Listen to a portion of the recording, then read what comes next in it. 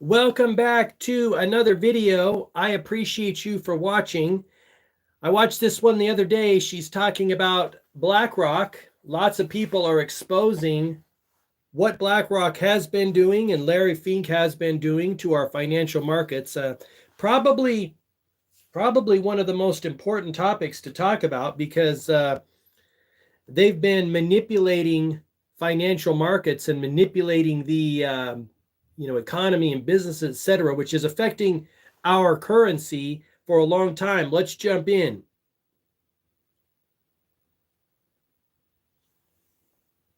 Last night, I started off by researching Hooters getting bankrupted by private equity and ended up uncovering the next 2008 level economic collapse. And they're hiding the bubble inside a private equity black box that makes it almost impossible to see what they're doing. Almost. This time, they're not going to collapse the banks and make it too big to fail. They're going to bankrupt the entire American pension system. I'm almost too afraid to make this video, but it has to be done, so let's get into it. In 2008, investors and bankers were able to crash the world's economy by engaging in risky, unethical bets and investments, and they did it right out in the open. They've learned, and this time they're doing it again. Bigger investments, bigger risks, same playbook, but they're doing it behind the smokescreen of private equity in bigger numbers. They're creating a bigger bubble than before, and it's not somewhere down the road. It's here, and it's about to pop. You see, for the last month, I've been trying to figure out why these companies that private equity had acquired were failing even though they were still succeeding. Joann's, 97% of their stores are still profitable, and yet they're still bankrupt. But they weren't bankrupt a year ago, and they still had the debt that private equity had stacked on them a year ago. So I wanted to know what changed. The same thing with Hooters. The same thing with... Now, in 2024, private equity bankrupted 110 businesses. And that was almost double their previous record.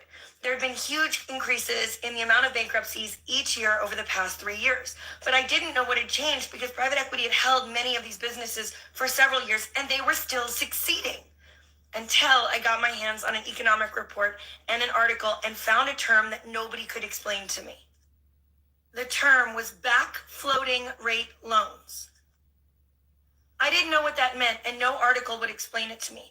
So I had to go and do research in the financial prospectuses of a bunch of financial investment firms. Guys, in the last few years, private equity has taken out $3.8 trillion in adjustable rate loans. These are adjustable rate loans. These private equity firms took out adjustable rate loans. And so for the last 3 years, as our interest rates have gone up, every 30 to 60 days, the money due on the loans they stacked on top of these companies has gone up every 30 to 60 days.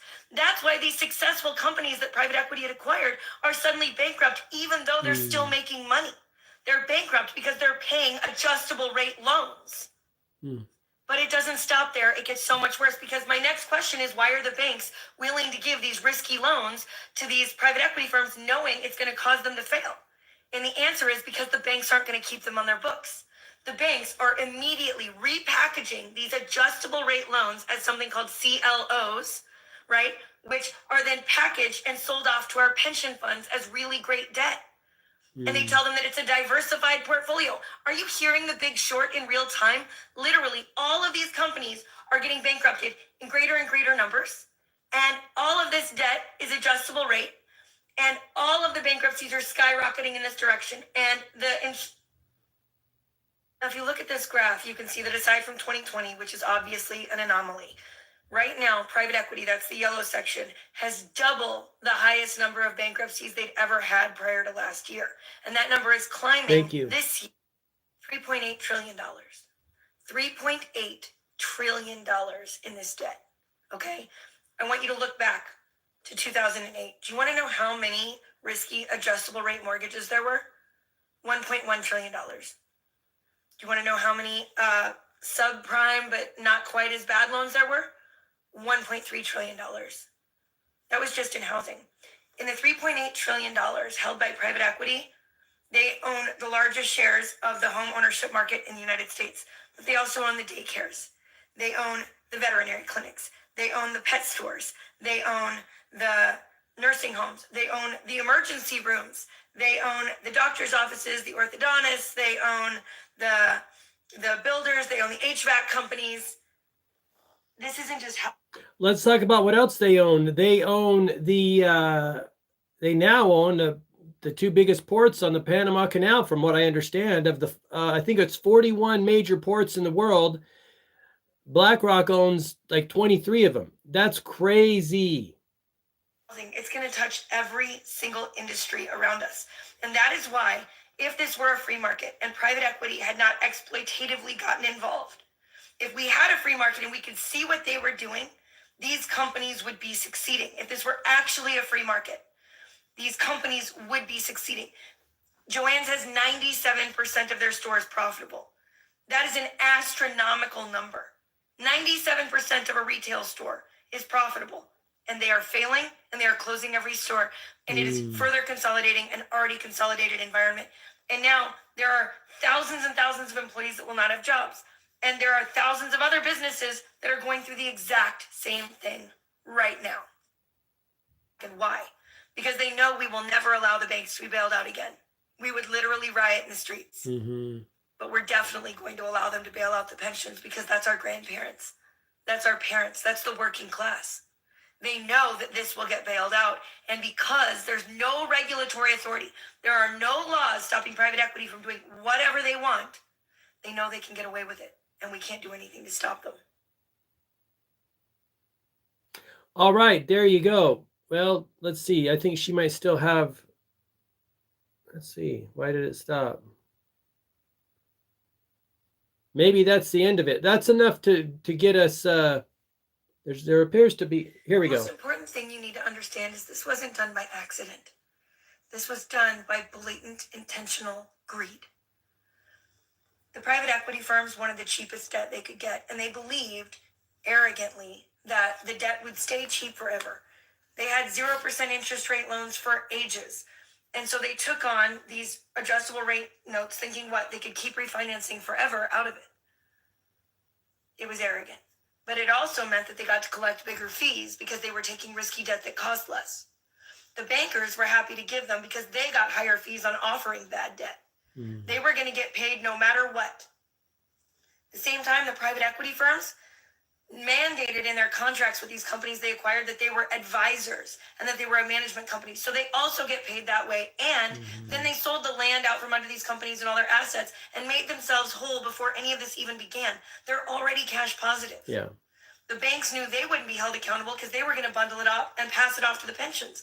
And even the pensions were reckless because they're buying these mechanisms, because when you purchase into private equity, when you purchase private equity debt as a pension, you get to put on your books, especially if you have an underfunded pension, the projected gains for 10 years, which means for 10 years, it looks like that pension is more shored up than it is. And at the end of that 10 years, when it's time for that fund to close out, suddenly then all of the bad debt comes crashing down on the pension. But at that point, there's a new leader on the pension fund and they've kicked the can down the road. So even they were reckless. But at the bottom of all of this is the bankrupting of the fabric of our society. We are losing our businesses. We are losing our doctors. We are losing our orthodontists. We are losing our nursing homes. We are losing our funeral homes. And one by one, they're going to fall under the weight of this really horrible adjustable rate debt.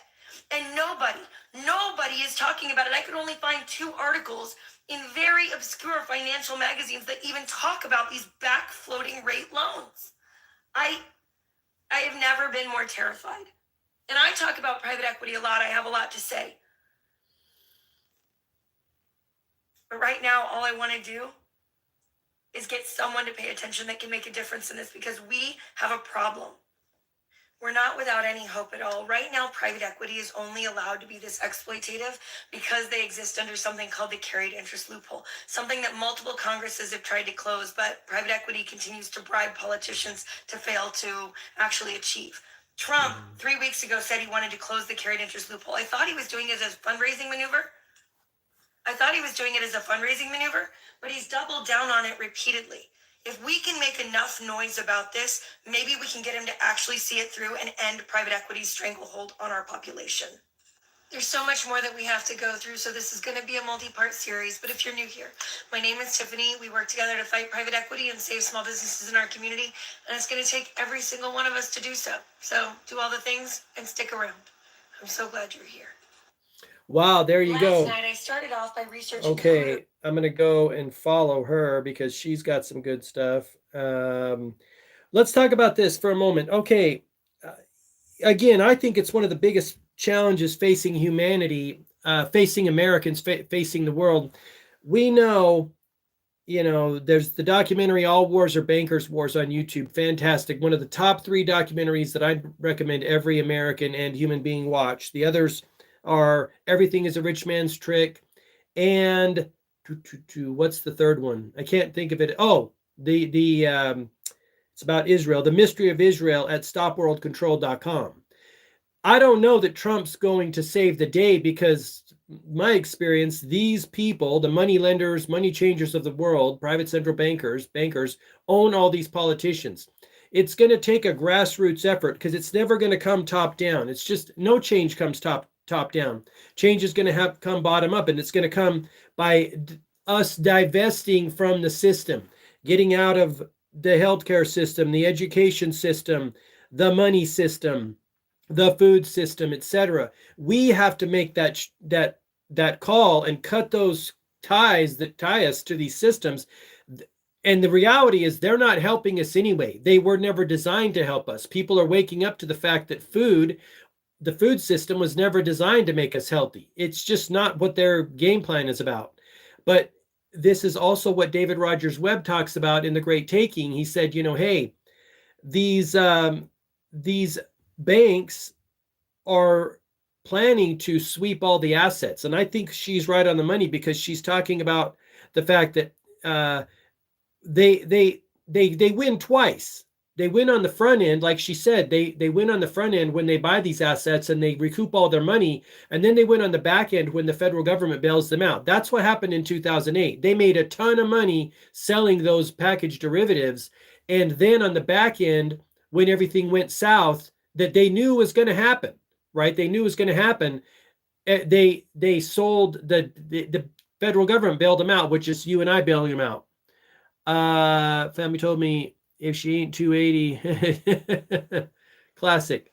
So anyway, that's what's going down. Let me know what you think about this video. Her name, and I'll put the link and this stuff in the description down below, on TikTok is Tiffany, Tiffany Cianci. That's her handle, at Tiffany Cianci, on TikTok. Thank you for watching. I appreciate you. Thanks for the thumbs up. Have an awesome day. We'll talk to you in the next one. Have an awesome day. Bye-bye.